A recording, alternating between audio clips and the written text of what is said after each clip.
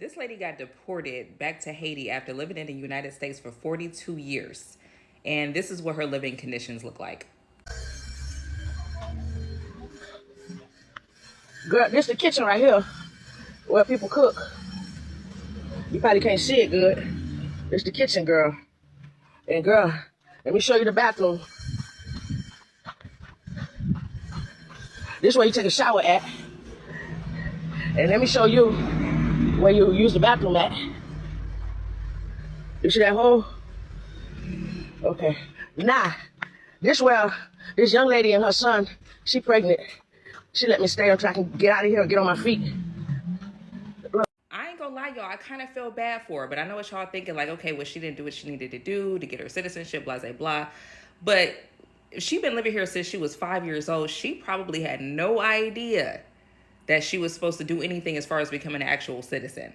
I mean, that's a hell of a wake-up call, but I feel like this should also be a wake-up call to anybody who's actually from Haiti or anywhere in the Caribbean or anywhere around the world that looks similar to that, or where there's a good portion of their society that has to live that way. I feel like this should be a wake-up call for them, because this should show you that your people and your country of origin really needs help. It really needs some type of stability. Like she said, it's completely lawless out there. Like she said, she got raped her first week back. She said that there's like no government. People just run rampant. It's like hard to find food. Like there's no jobs. Like this should be a wake up call for people who are actually from Haiti, like, or any country that looks like that, because y'all flee, y'all go here, there, and everywhere, but then you leave behind your country of origin. And I understand, like, and it's like, it's funny to me, because it's not funny, but it's like, it's interesting to me because one of the jabs that they throw at Black America is, well, at least I have a home to go back to. But most of the people who say that, home looks just like what she showed us.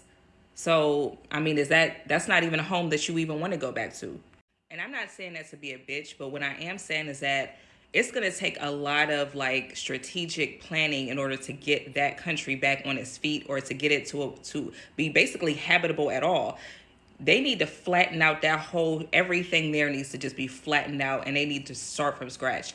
I don't even know if they're even going to be able to rebuild Haiti without some sort of foreign intervention or some sort of foreign alliance like that. Y'all, at this point, Haitians are going to have to form an alliance with another nation in order to fix that. They don't have the manpower to fix that.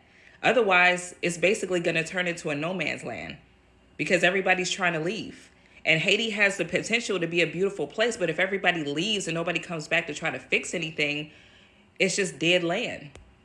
I really do feel bad for her. Like, I feel bad for anybody who has to go back to that situation, because I can't even imagine it. I can't imagine that. But this should be a wake up call. Like, your country needs help, and somebody that's from there needs to be the start of getting it to where it needs to be. Right. Hatians told the Black Americans that they don't have a place to go once they are going to be deported. Okay? Hatians came out bragging, saying that at least they do have a place to go. Okay? But something interesting, something ironical is that today, Hatians are showing us how life is taking them in Haiti. Today, Hatians are coming out crying how life is expensive and harsh on their side. What does that mean? That they have a place to go, but they don't have a stable place to go and sustain their own life. Okay? So, they were underrating Black people. They were talking bad to Black Americans, telling Black Americans that they don't have a place to go, telling Black Americans that they don't belong to the United States of America.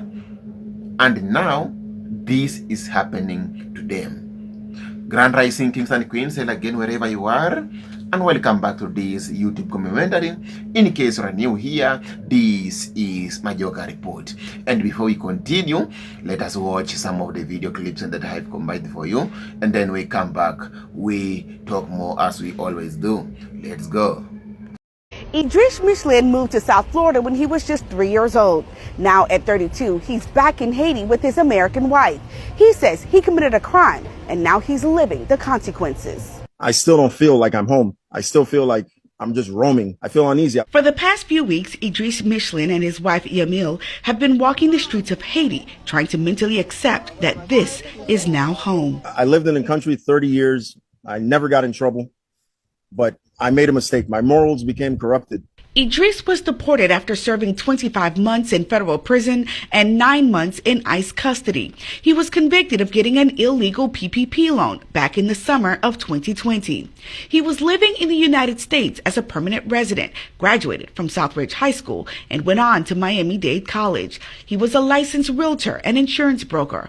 After serving his sentence earlier this month, Michelin was deported to Haiti on a flight with 120 people. Your ankles are getting cut up. Your hands are shackled together. You know, they're telling you, hey, if there's a plane crash, you're going to grab this from here and you're going to put this on your face. How? He says once in Cap Haitian, they were given $100 and released to family. His wife was waiting. There's people that left only 2-3 years ago that are afraid to come here. And she's here. The temporary protective status, or TPS, for more than 330,000 Haitians will end on February 3rd of next year. Without any other immigration protections, some may find themselves, like Idris, back in Haiti. It's very limited here. And now that I'm here, you know, to my country where my flag is, the people are wonderful. The people work hard. But they're trying to overcome obstacles, and I'm here trying to overcome obstacles as well. Now at 11, we are on the ground in Haiti tonight, just hours after the Trump administration announced it's ending TPS for Haitians. Those living in the U.S. and right here in South Florida now face deportation. Good evening. I'm Lauren Pastrana. Elliot Rodriguez has the night off. We are the only South Florida news station with a reporter in Haiti right now. CBS News Miami's Tanya Francois joins us from Cap Haitian with the exclusive reaction. Here in Cap Haitian, the news of TPS ending and the hundreds of thousands of people returning back here spread very quickly. It seems to be the only thing people have been talking about. You are looking at the market area of downtown Cap Haitian from... Look at that nonsense, bro. That looks insane. It looks... Look. I'm not one for trying to diss other people's cultures. That's not what we're doing here. What I am saying is we don't want that in America. There's a guy, and I'm going to do a couple review videos of it tomorrow. There's a guy that's over in like Paris, London, and different places, Rome, and all of that type of stuff. And they're showing the influx of illegal migrants that are taking over some of the most touristy spots. And they're smoking crack on the street. And they're getting angry over in Italy. And they're getting mad at people that are Italian that then come over and say that you can't do that, and they just absolutely destroying it. And they're turning places inside of those spaces into the country that they came from. They take their ways and they come over here to the United States of America. They go to Italy, they go to London, they go to Rome, they go all these places that allow for them to come in there, or if they decide to sneak in there illegally, and then they turn it into their home. That is crazy, bro. It's insane. And they don't assimilate. They're not trying to be like us. They are trying to turn this place into what they know, because they're not even trying to learn the language. They're not trying to evolve. They're not trying to do none of that. It's insane, man. This afternoon, the streets are packed with people trying to shop and go about their day. Already moving through traffic was very difficult. The roads at times heavily congested. The people who live here say they've seen the population sharply increase because of people escaping gang violence in Port-au-Prince. Now, the thought of even more people coming here has one Haitian man very worried. We got to deal with that gang situation and, humanitarian situation. All those people need food and stuff like that. We don't have that. We don't have health care, all of that. And we're going to receive all those people. So they don't even want their own people over there, and they expecting for us to want their people over here. They don't even want them in another city that's over there. And we supposed to be like, oh yeah, we love it over here. What's up, guys? It's Philly Dom. I'm out here with, what's your name? Let me know your name again. Marie Sanvelis. How y'all doing? Thank you for tuning back in. And today I would like to talk about my first day in Haiti. My first day in Haiti, y'all, was a shock, but I'm going to take y'all back a little bit outside of just my first day in Haiti. I was released in February 26th from TDC. Once released, I was transferred to an immigration facility. Once there, I had to just come to face with the reality that I could very well be deported and sent back to a country where I had nobody, my family, everybody was going to be away from me. I would literally be starting a whole new life. Went to court, of course the inevitable happened, and here I stand. I met many other women that went through the same thing. So immigration is a whole nother subject, but it's a sad subject too, because so many people were affected by this. Y'all, my first day here was a shock, okay? Here I am coming to a country that I know no one. I had family members that still left in Haiti, yet I had never met them, didn't know how they looked. I grew up in Houston, Texas. So Houston is my home. That's what I considered home. The day I got here, I didn't even know how or where I was going, okay? I ended up getting in contact with my biological mother. I never met my biological mother, y'all. Wow. So at the age of 36, I was finally meeting the person who had me for the first time. And this was through her bearing a sign with my name. And that's how I knew. And it was difficult too, because when you deported into this country, they take you through so many changes. So I ended up being one of the last ones picked up. So I had broke down, y'all. I was emotionally disconnected anyways on the plane. I knew exactly when we hit Haiti territories, because the smell was different. It just felt different. And it could have been me consciously knowing that I was not wanting to come face to face with my fears, okay? So once I get there, I'm waiting all day, y'all. I called home to my sister in the States, and I'm breaking down, literally letting her know, look, nobody's here to pick me up. Y'all, I just really blacked out emotionally, mentally, in every way. I just couldn't understand that. And most of all that day, if going to prison, when I went to prison, I thought I was mad with God, but no. I felt so abandoned by God that day. I felt so alone. I felt like I was in a country full of people, yet I had nobody. I was there by myself. So when I call home, they're calling back to Haiti, asking for somebody to pick me up because they wouldn't release me unless someone signed for me. Now, everybody's gone. Even the officers there are concerned about me because they can see that I don't know nothing and I'm not familiar with the country. Make a long story short, I finally run into my biological mother. And y'all, the ride home, it was like everyone was pretty happy to see me because I found out I had 2 brothers and sister, and I was not happy. I was like sleep emotionally, mentally. I was so disconnected, you know. I really fell into a whole depression stage where I didn't even understand myself, okay? It took me a few days. The ride home was such a blur. I remember like on the way coming out of the airport, it was a pile of trash.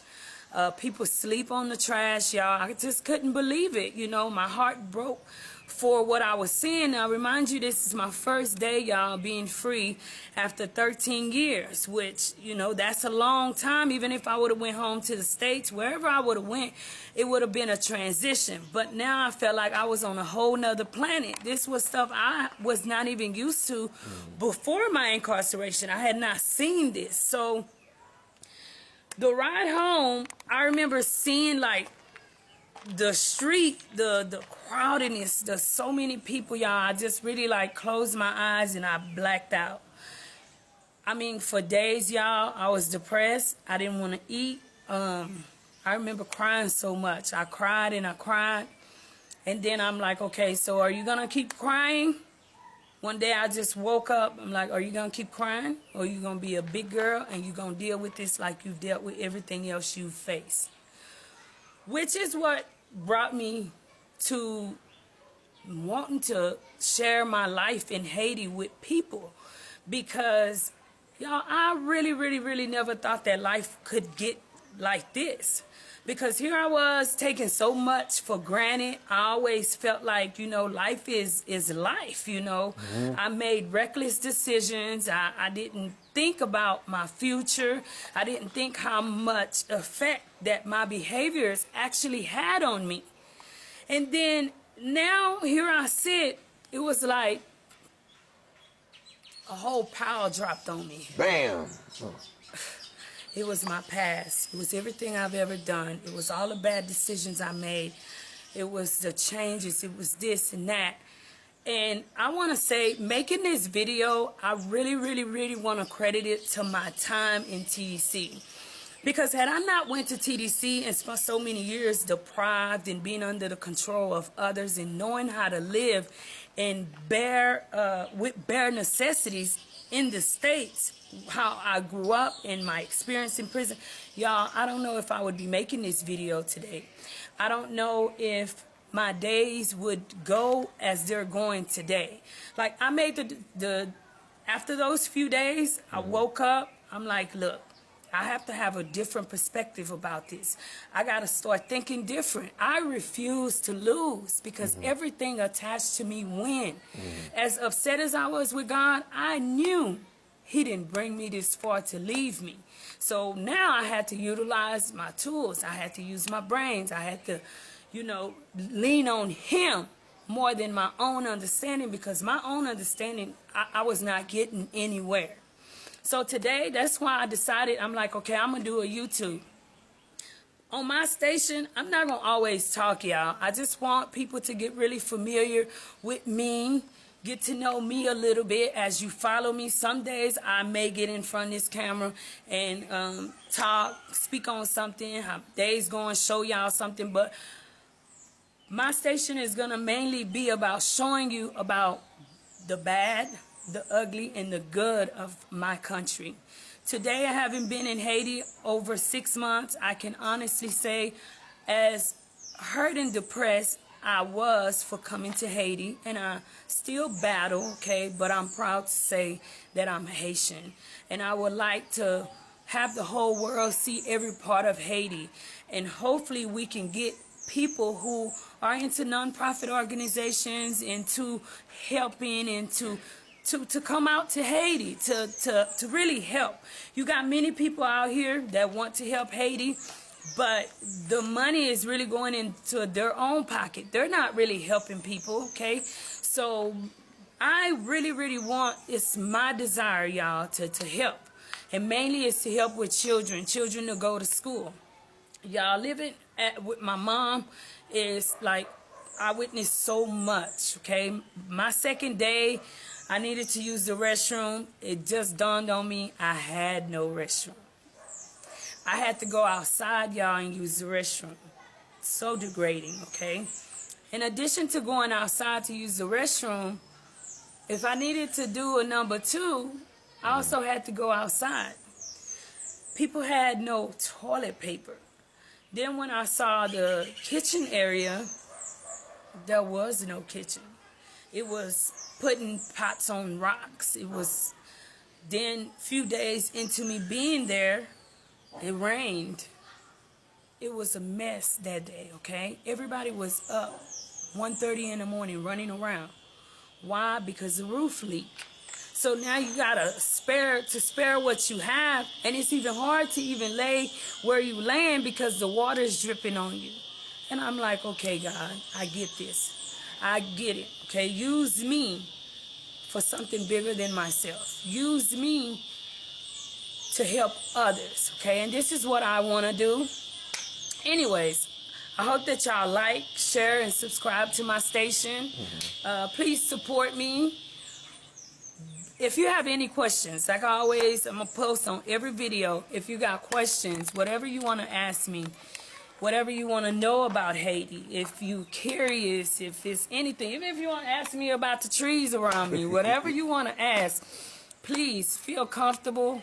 Build a relationship with me as much as I want to build a relationship with y'all. and let's see together what kind of changes we can make. Thank y'all. And support the sister, man. Really support her, cause she's down there in Haiti. She out here in the struggle, and Haiti's a different world, man. It's different, like she said. That's why I couldn't even say nothing in there. She covered everything. Haiti is definitely a different world. Different. It's a different world. And let them know your channel. Let them know the channel. Oh, okay. Life in Haiti. And it's all together, you said? Life in Haiti, no space. Just Life in Haiti. So please like, share, subscribe. Support your girl, man. Support me, okay? All right. All right, peace out from, what's this area called in Haiti? Where we at? We're in Thomasin. So it's like outside of the capital. It's a nice area. It's a nice area. It's the decent area, because you don't want to live anywhere in Haiti, because they do protests at any given day, and that gets dangerous. You know, even little kids seems to have a big old rock they protesting too.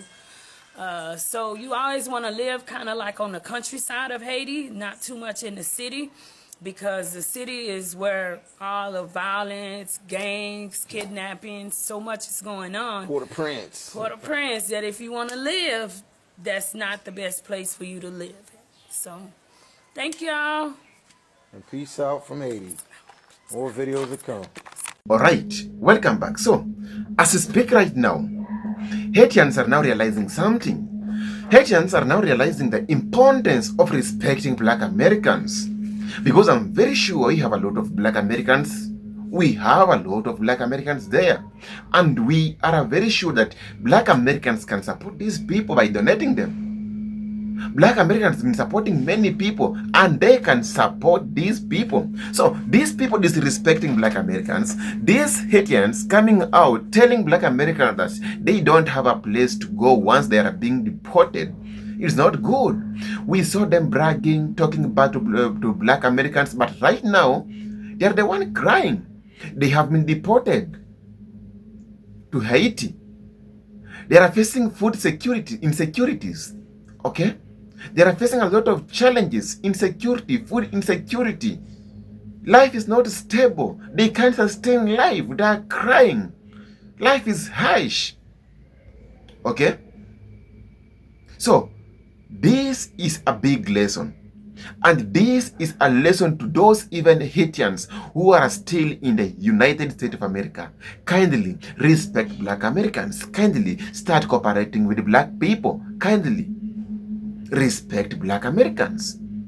Black Americans are the real indigenous of that land. Black Americans tried their level best to make sure all immigrants are enjoying what they are enjoying today in the United States of America.